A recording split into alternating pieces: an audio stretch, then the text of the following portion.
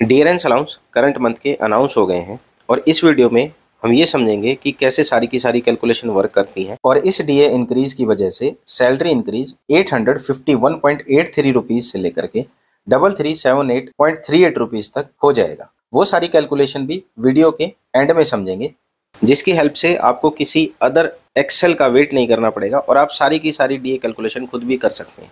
तो सबसे पहले डीए लगता किन कंपोनेंट्स पे है। डियरेंस अलाउंस आपका बेसिक पे, स्टैग्नेशन, पीक्यूपी, स्पेशल लर्निंग और ऑफिशिएटिंग पेपर लगता है, यानी इन वैल्यूज़ के ऊपर आपको डियरेंस अलाउंस मिलेगा और जब भी डियरेंस अलाउंस बढ़ेगा तो ये सारे कंपोनेंट बढ़ेंगे और आपकी नेट सैलरी बढ़ेगी। तो बैंक एम्प्लॉयज़ के केस में डीए की वैल्यू होती कौन सी है, देखिए 12th बाइपर्टाइट सेटलमेंट में जो 123.03 वैल्यू थी उसको एक तरह से जीरो मान लिया था, यानी इस वैल्यू से ऊपर जितनी भी वैल्यूज आएंगी, यानी जो भी इंडेक्स आएगा 2016 का जो लेबर ब्यूरो रिलीज करेगा, उतना अमाउंट 123.03 से जितना भी अबव होगा उतना आपका करंट मंथ का डीए आपको मिल जाएगा।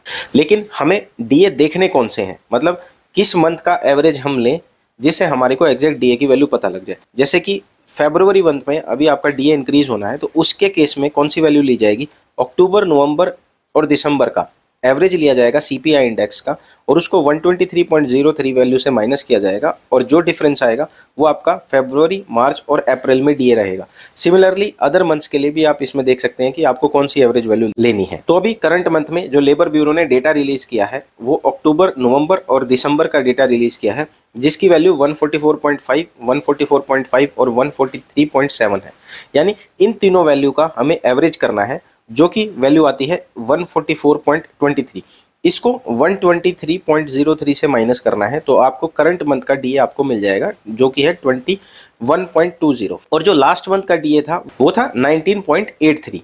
यानी इन दोनों का जो डिफरेंस है यानी 1.37 आपका जो है यहाँ पर डीए इंक्रीज होकर आपको मिला है। तो जैसा मैंने आपको पहले बताया कि लर्निंग अलाउंस फिक्स्ड है, 850 अलाउंस है, उस पर आपको जो भी डीए की वैल्यू लगेगी वो 850 पर लगानी है। सिमिलरली स्पेशल अलाउंस की स्लैब्स है, स्केल 1 के लिए 2, 3, 4, 5 एंड 6, 7 के लिए अलग अलग स्लैब्स बनाई हुई है, यानी जो भी आपकी बेसिक पे है उस पर 26.50 स्पेशल लग जाएगा, उसके ऊपर आपका डीए लग जाएगा। सिमिलरली स्केल 2 और 3 के केस में इसकी वैल्यू 28.30 है और 30.50 31.50 है। तो अब देखिए सारी कैलकुलेशन को यहाँ पर समझते हैं। स्केल 1 में बेसिक पे की वैल्यू 48480 है। स्पेशल अलाउंस जैसा मैंने आपको बताया 26.50 लगेगा, उसकी जो वैल्यू निकल करके आएगी वो ये आएगी। सिमिलरली लर्निंग अलाउंस आपका फिक्स्ड है, तो जो एग्जिस्टिंग डीए था वो इतना था और जो अभी करंट डीए 21.20 हो गया, यानी आपको बेसिक पे पर डीए लगाना है, स्पेशल की वैल्यू के ऊपर 21.20 का डीए लगाना है और 850 जो आपका लर्निंग अलाउंस है उसके ऊपर आपको डीए लगाना है। तो सारी कैलकुलेशन करने के बाद जो स्केल 1 में जो बेसिक स्टार्टिंग पे होगी वो 851.83 से आपकी इंक्रीज हो जाएगी। सिमिलरली अगर आपने जेआईबी किया हुआ है तो इसकी वैल्यू 886 हो जाएगी और अगर आपने सीआईबी भी किया हुआ है तो उसकी वैल्यू 955.81 हो जाएगी।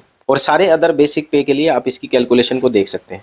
सेकंड इसमें है स्केल 2 एंड 3। स्केल 2 एंड 3 के केस में जैसा मैंने कि बताया जो चेंज आएगा बस वो ये आएगा कि आपका जो स्पेशल अलाउंस की वैल्यू है वो डिफरेंट है, वो 28.30 है।